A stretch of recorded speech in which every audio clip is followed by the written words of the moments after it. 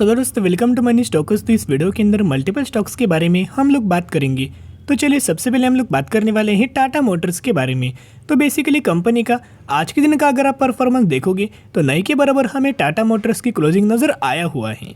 लेकिन दोस्तों जिन लोगों के पोर्टफोलियो के अंदर टाटा मोटर्स ये कंपनी अवेलेबल होगा या फिर आपको दोस्तों टाटा मोटर्स के बारे में आपको पता होगा, तो ये न्यूज़ भी मैंने आपके साथ शेयर करना चाहूँगा कि ये न्यूज़ भी बहुत ज़्यादा इंपॉर्टेंट है।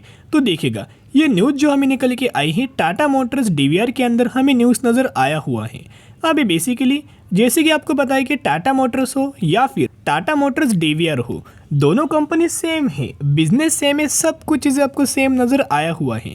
लेकिन क्यों हमें टाटा मोटर्स एक बोल दिया जाता है कि सेपरेट नाम से और डीवीआर एक सेपरेट नाम से? देखिएगा टाटा मोटर्स के अंदर वोटिंग के लिए चांस आपको मिलता है, लेकिन डीवीआर के अंदर दोस्तों कोई आपको वोटिंग के लिए चांस नहीं मिलता। मार्केट के अंदर टाटा मोटर्स ये कंपनी आपको अवेलेबल नज़र आया हुआ है। साथ में टाटा मोटर्स के अंदर आपको डिविडेंड कम मिलता है as compared to Tata Motors DVR. तो टाटा मोटर्स डीवीआर के डिविडेंड का भी बेनिफिट ह्यूज अमाउंट ऑफ दिया जाता है as compared to Tata Motors. तो देखिएगा बेसिकली टाटा मोटर्स डीवीआर के अंदर हमें अपडेट नज़र आया हुआ है डी लिस्टिंग के द्वारा। तो बेसिकली हमें डी लिस्ट होने वाला है टाटा मोटर्स डीवीआर, तो जिसके हिसाब से ये जो डी लिस्ट होने वाला है कितने प्रीमियम के ऊपर 23% प्रीमियम के ऊपर डी लिस्ट होने वाला है। और जो शेयर्स हमें जो कन्वर्ट होने वाले हैं ऑर्डिनरी शेयर्स के अंदर दोस्तों ये कन्वर्जन हमें होने वाला है।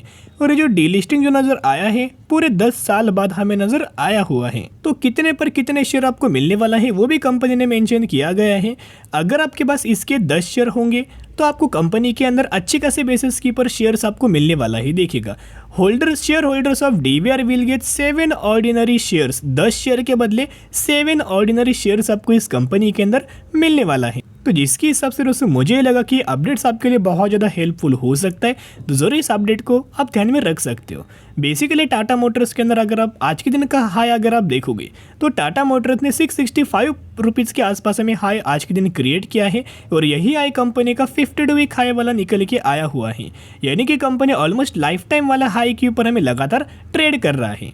पिछले एक सालों का टाटा मोटर्स का परफॉर्मेंस देखोगे तो पिछले एक सालों में 44% की रैली हमें टाटा मोटर्स के अंदर नजर आया हुआ था। और जब कंपनी ब्रेकआउट दे रहा था 490 रुपीज़ का जो लेवल्स बहुत ज़्यादा इंपॉर्टेंट लेवल्स हमें नजर आया हुआ था, उसी वक्त हमने बात किया था। तो जिसके हिसाब से करंटली दोस्तों निवेश मत करना, वेट एंड वॉच करना। क्यों लगातार तेजी आ रही है? क्योंकि कंपनी को इलेक्ट्रिक व्हीकल से रिगार्डिंग बहुत सारे ऑर्डर्स मिल रहे। मैंने पहले आपके साथ शेयर किया था, एक बार कंपनी के अंदर तेजी अगर आपको नजर आएगा तो बार बार दोस्तों कंपनी आपको निवेश करने का मौका नहीं देगा।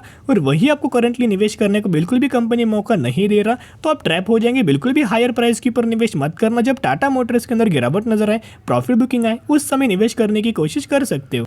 तो चलो दोस्तों अभी हम बात करने वाले हैं बजाज फाइनेंस के बारे में। तो बेसिकली बजाज फाइनेंस का अगर आप आज के दिन का परफॉर्मेंस देखोगे ऑलमोस्ट हमें 1.5-2% का करेक्शन बजाज फाइनेंस इस कंपनी के अंदर नजर आया हुआ है।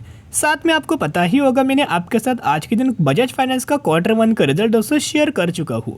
बेसिकली बजाज फाइनेंस का जो Q1 का रिजल्ट था वो बहुत ही अच्छे खासे कंपनी ने पेश किया था। लेकिन क्यों हमें बजाज फाइनेंस के अंदर आज के दिन 1.5-2% की गिरावट क्यों नजर आया, इसके पीछे का रीज़न क्या है?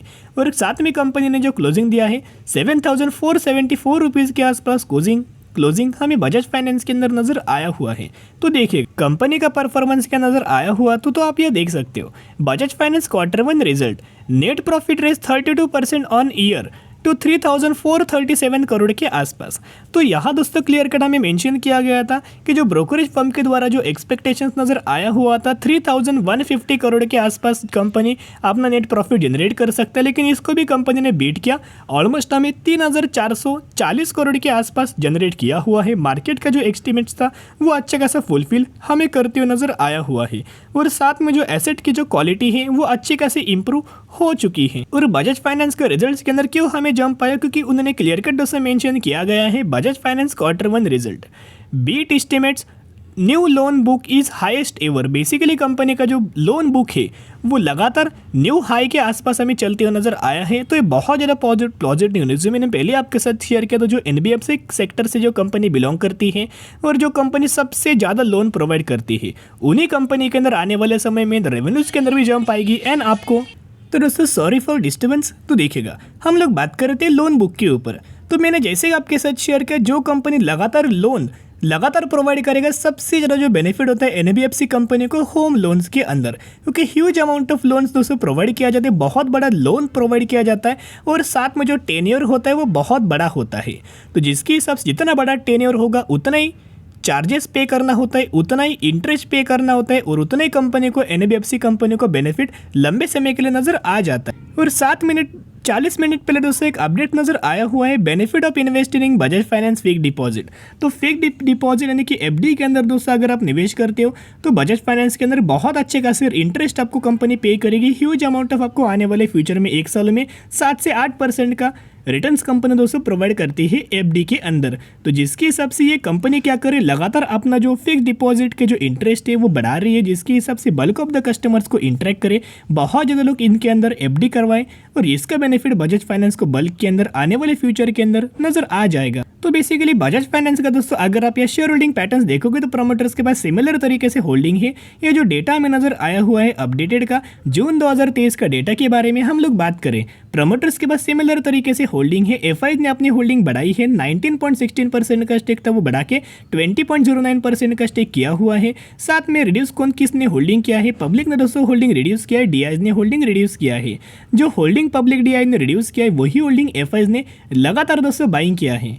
तो ये बहुत ही पॉजिटिव वाली बात नजर आ रही है। साथ में दोस्तों बेसिकली अगर आप म्यूचुअल फंड्स का बाइंग का डेटा देखोगे जो कि जून 2023 का हम लोग बात करें, जुलाई 2023 का अपडेटेड डेटा के बारे में बात करें, कोटक का एक फंड है 22,500 करोड़ की बाइंग की है, एसबीआई का एक फंड है 96,000 करोड़ की बाइंग की है, कैनरा का एक फंड है 17,000 करोड़ की बाइंग की है, बंधन का एक फंड है 6,000 करोड़ की बाइंग है, टाटा का एक फंड है 6,500 करोड़ की बाइंग है, एसबीआई का एक फंड है 1,60,000 करोड़ की बाइंग है, कैनरा का एक फंड है 9,900 करोड़ की बाइंग और बहुत सारे फंड हाउस जिन्होंने ह्यूज अमाउंट ऑफ बाइंग हमें बजाज फाइनेंस के अंदर किया हुआ है। तो जिसके हिसाब से जो आज के दिन हमें बजाज फाइनेंस के अंदर जो गिरावट हुआ है उसका दोस्तों कोई रीजन नहीं है, आपको पता ही होगा।